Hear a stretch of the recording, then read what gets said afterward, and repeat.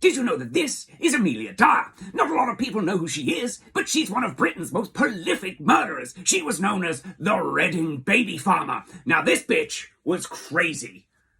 Born in 1836, Amelia became a nurse, but when she was widowed, she began adopting unwanted babies for money. As horrible as it sounds, this actually wasn't uncommon for the time, because in the 1800s there was no law that made men look after illegitimate babies, so all the men were just running round shooting arcing hot ropes of Victorian baby gravy into pretty much anyone they fancy, repercussion-free. Well, apart from the syphilis, but that's for a whole different video.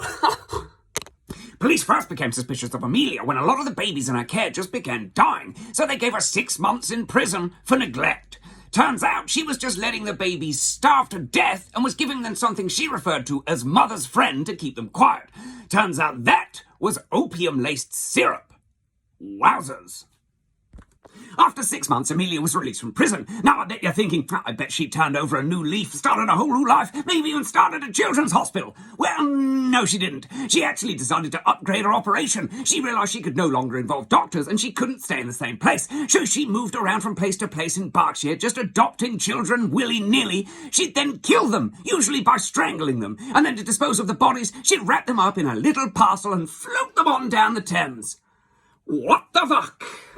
Now, things were going just swimmingly for Amelia. That's a bad choice of words. Things were going just fine for Amelia until one of her parcels containing dead baby Helena Fry was pulled out of the Thames. When the police examined the parcel, they found an address. The address was one of the aliases of Miss Amelia Dyer. Sloppy workmanship, Amelia.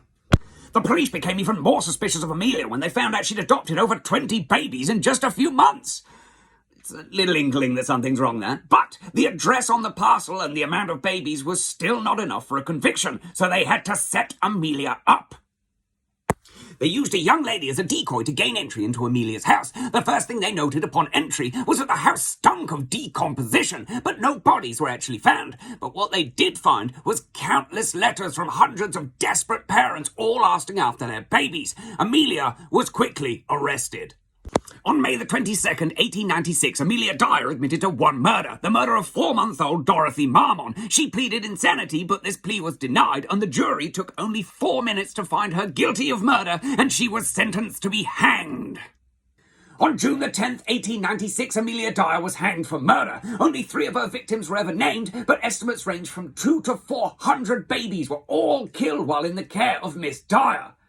Oh, and crazy theory time, these murders happened around the same time as Jack the Ripper.